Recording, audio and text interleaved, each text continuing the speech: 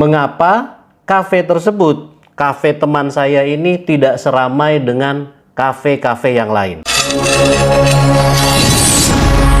Ya, selamat datang kembali di YouTube channel saya, channel Elvianoli, channelnya para sales marketing. Dan bagi kalian yang ingin sukses dalam jualan, ingin sukses jualan, belajar di channel ini. Saya beberapa waktu yang lalu sempat ditanya oleh salah satu teman ini memiliki kafe, ya campuran lah ya, bisa kopi maupun dessert dan makanan-makanan berat. Teman ini bertanya kepada saya, mengapa kafenya tidak seramai dengan kafe-kafe yang di sebelah-sebelahnya atau para kompetitornya.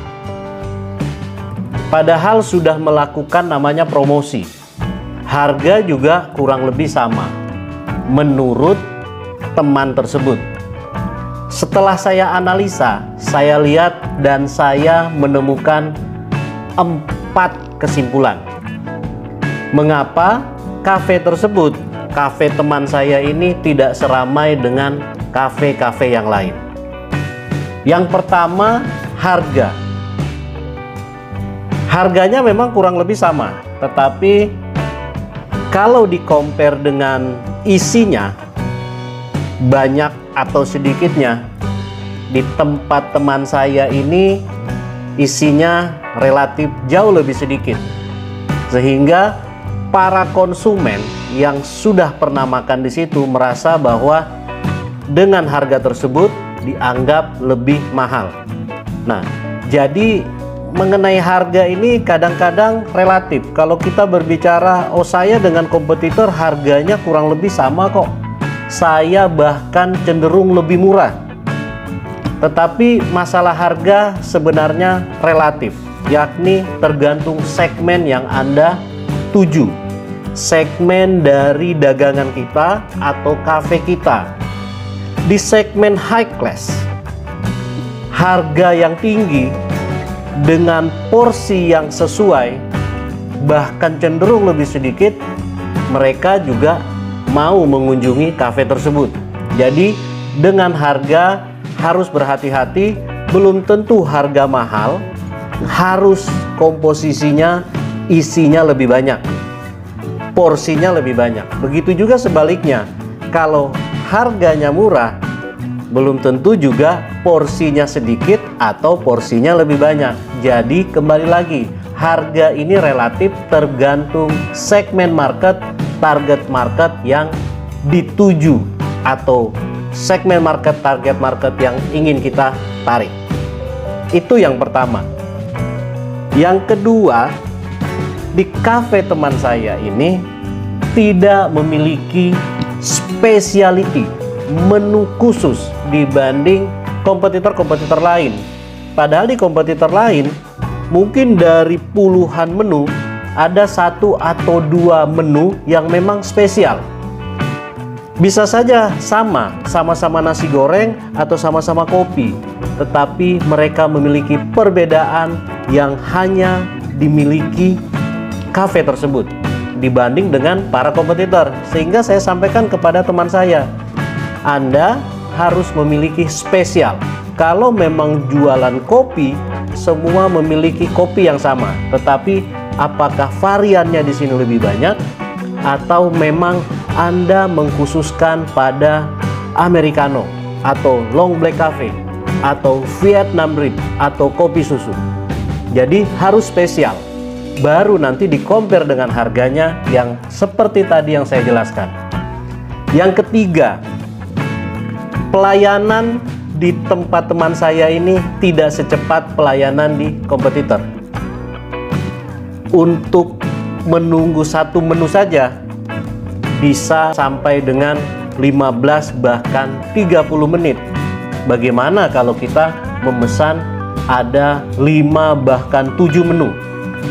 Memang disampaikan oleh teman saya ini bahwa lebih banyak orang reservasi sehingga menu bisa dipersiapkan sebelumnya.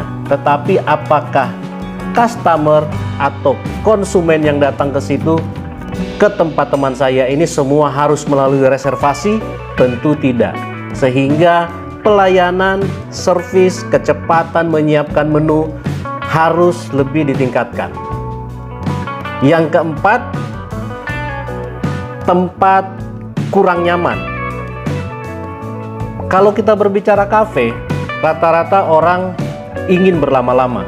Semakin lama pengunjung di situ, konsumen di situ menikmati menu yang disediakan, menandakan bahwa kafe ini memiliki tingkat kenyamanan yang sesuai dengan harganya atau segmentasinya. Kalau kita lihat beberapa kafe yang cukup punya nama seperti Excelso, Coffee Bean, atau Starbucks, mereka men-setting tempat duduk, men-setting meja, men-setting ruangan, suasananya lebih nyaman, sehingga orang-orang atau konsumen yang berkunjung ke kafe tersebut akan merasa nyaman dan ingin berlama-lama sambil ngobrol dengan para mungkin kolega-kolega atau rekan-rekan bisnisnya. 4 hal tersebut yang perlu Anda atau kita perbaiki di dalam usaha kafe atau resto yang kita miliki, yakni yang pertama, harga. Sesuaikan dengan segmen dan target market yang akan kita tarik, pengunjung yang akan kita harapkan mereka berkunjung. Yang kedua adalah memiliki specialty, kekhususan. Ada menu khusus atau mungkin hal yang lain yang spesial. Yang ketiga, pelayanan, servis, kecepatan pelayanan. Yang keempat, kenyamanan. Kenyamanan tempat agar konsumen, pembeli, pengunjung mau berlama-lama di kafe kita atau resto kita. Demikian, semoga bermanfaat. Hal tersebut bisa Anda contoh dan bisa Anda terapkan jika kalian memiliki kafe atau resto yang sama dengan teman saya. Jika tips ini bermanfaat untuk Anda dan bisa Anda gunakan untuk perkembangan bisnis Anda, supaya mendukung channel ini bisa terus berkembang dan bisa berbagi banyak hal untuk Anda tentang sales dan marketing, tentang jualan, bisa subscribe dan share kepada siapa saja yang membutuhkan wawasan tentang sales marketing. Sukses untuk kita semua.